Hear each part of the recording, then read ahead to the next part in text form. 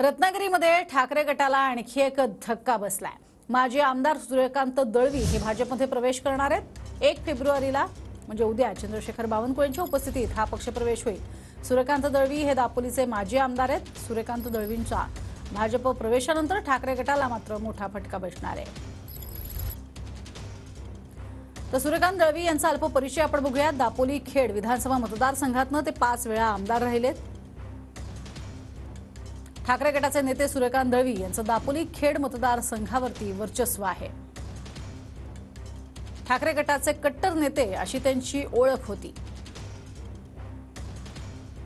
सूर्यकांत दळवी हे रामदास कदम यांचे कट्टर विरोधकही आहेत।